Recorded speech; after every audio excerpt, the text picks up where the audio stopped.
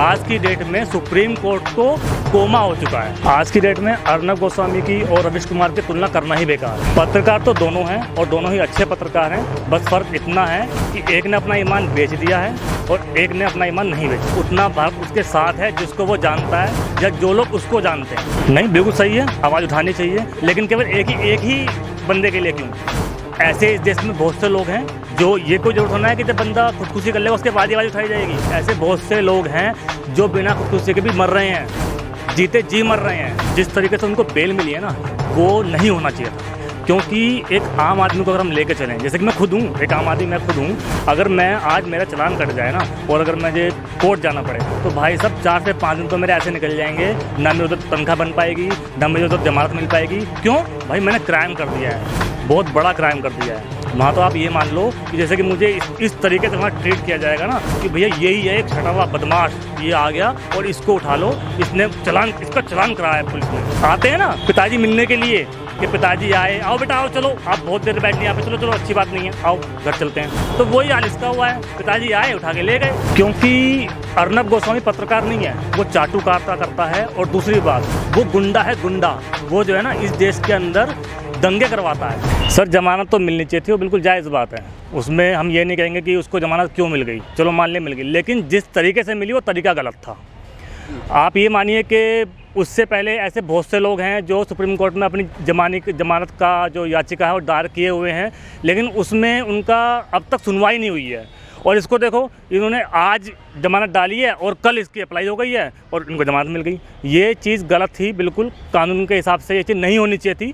हाँ, वो एक अलग बात है कि आपने जमानत डाली, कानून के लेवल पे आप चले, वो अच्छी बात है, लेकिन तरीका बहुत गलत था। इस तरीके से जमानत नहीं मिलनी चाहिए। आज की डेट में अर्नब गोस्वामी की और रवीश कुमार की तुलना करना ही बेकार है। पत्रकार तो दोनों हैं और दोनों ही अच्छे पत्रकार हैं, बस फ़र्क इतना है कि एक ने अपना ईमान बेच दिया है और एक ने अपना ईमान नहीं बेचा। उतना भारत उसके साथ है जिसको वो जानता है या जो लोग उसको जानते हैं। उसके अलावा ऐसा मुझे लगता नहीं कि कोई और भारत होगा जो उसके साथ खड़ा होगा। आज की डेट में तो मुझे लगता नहीं ऐसा कोई भारत है। हाँ, ये ज़रूर है कि जिसका वो शो करता है और उसके साथ जो भारत जुड़ा हुआ है वो ज़रूर उसके साथ खड़ा होगा, मैं मानता हूँ। पत्रकार तो हम उसको नहीं मानते क्योंकि आज की डेट में वो पत्रकारिता नहीं कर रहा है। आज की डेट में वो जो कर रहा है ना, उसको कहते हैं हम चाटुकारिता। मैं इसलिए ऐसा कह रहा हूँ वो चाटुकारिता कर रहे हैं क्योंकि इस टाइम पर वो जो कर रहे हैं ना, उसको यही कहा जा सकता है। क्योंकि वो किसी गरीब के लिए नहीं बोल रहे हैं, वो बोल रहे हैं एक बंदे के लिए जो एक उन्होंने बना रखे है कि मैं मोदी भक्त हूँ, वो बोल रहे हैं उस चीज़ के लिए। उन्होंने पत्रकारिता का मतलब ये होता है कि आप एक गरीब आदमी के लिए बोलें, आप दबे कुचले लोगों के लिए बोलें, उनकी आवाज़ उठाएं। जिन लोगों को सरकार से न्याय नहीं मिलता, कानून से न्याय नहीं मिलता, उनकी आवाज़ उठाएं। आप ये नहीं कह सकते कि भाई हम पत्रकार हैं और हम किसी एक के लिए बोल रहे हैं। क्यों बोल रहे हैं आप एक के लिए? आप किसी एक के लिए, पत्रकार जो होता है ना वो हमेशा न्यूट्रल रहता है। नहीं, बिल्कुल सही है, आवाज़ उठानी चाहिए, लेकिन केवल एक ही बंदे के लिए क्यों? ऐसे इस देश में बहुत से लोग हैं जो ये कोई जरूरत होना है कि जब बंदा खुदकुशी कर लेगा उसके बाद ही आवाज़ उठाई जाएगी। ऐसे बहुत से लोग हैं जो बिना खुदकुशी के भी मर रहे हैं, जीते जी मर रहे हैं। उनके लिए कोई क्यों नहीं करता? उनके लिए वो क्यों नहीं करता? इसी में तो कहते हैं कि वो बंदा चाटुकारिता का काम करता है, वो बंदा पत्रकार है ही नहीं। पत्रकार अगर वो होता ना तो आज की डेट में हमारे आसिफ जी हैं जिन्होंने अभी उनकी हमने कल खबर सुनी थी उनकी भी कि उन्होंने ऐसे खुदकुशी की है, तो वो नहीं है क्या? वो भी तो एक इंसान थे, वो भी तो एक्टर थे। उनकी खबर उन्होंने क्यों नहीं उठाई? वो इसीलिए नहीं उठाई क्योंकि मुस्लिम है, वो इसीलिए उन्होंने उनकी खबर नहीं उठाई। क्योंकि जिनकी चाटुकारिता करते हैं ना, वो खुद ही हिंदू मुस्लिम की बहुत ज़्यादा बड़ाई करते हैं। जिस तरीके से उनको बेल मिली है ना, वो नहीं होना चाहिए था।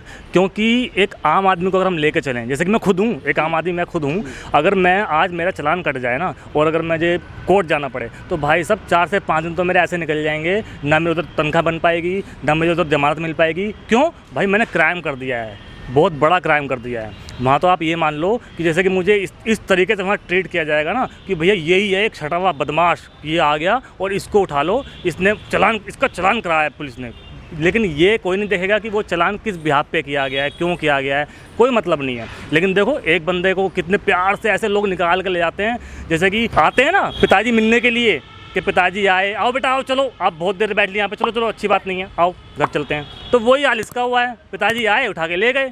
हमारे पीछे पूछने वाला कौन है? हमारे पीछे पूछने वाला कोई नहीं है। और कानून की अर्थव्यवस्था तो इस तरीके से हो चुकी है कि आज की डेट में कि बस ये किस तरीके से चल रही है और वो कब चली जाए चलते चलते कुछ नहीं कह सकते। जिसे कहते हैं ना, पहले क्या था, एक सरकार थी, एक कानून था, उस वक्त कानून पे भरोसा था। आज की डेट में सुप्रीम कोर्ट को कोमा हो चुका है, और कोमा भी इस तरह का नहीं हुआ, इस तरह से हुआ है कि वो उसको कुछ होशो हवास ही नहीं है, बिल्कुल डेड वाली स्थिति आ चुकी है। बस जो भी आता है पेपर दिखाता है, साइन करवाता है, चला जाता है।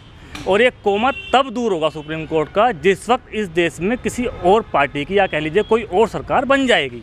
उस वक्त इस सुप्रीम कोर्ट को होश आएगा, ये खड़ा होगा और ये कहेगा उस वक्त में कि हाँ जी, अब तक जो हुआ सो हुआ और आगे से ऐसा नहीं होगा, क्योंकि अब मैं अपने पैरों पर खड़ा हो चुका हूँ। बिल्कुल सही ट्वीट किया, उसमें मैं कोई दो राय नहीं समझता, क्योंकि उन्होंने जो किया है, हालांकि वो एक गलत है इस चीज़ के लिए कि उन्होंने जिस तरीके से सुप्रीम कोर्ट को भगवा रंग दे दिया और वहाँ पर बीजेपी का झंडा लगा दिया, वो बिल्कुल गलत है, ऐसा नहीं होना चाहिए। उसकी वजह यह है कि उसने ये दिखाया है कि इस चीज़ में एक अभिव्यक्ति को बोलने की आज़ादी है, वो फिर चाहे कोई भी क्यों ना हो, आम आदमी हो या बड़ा कोई नेता हो या बड़ा कोई भी हो, एनीथिंग, उस समय कोई मतलब नहीं कि कौन बंदा है।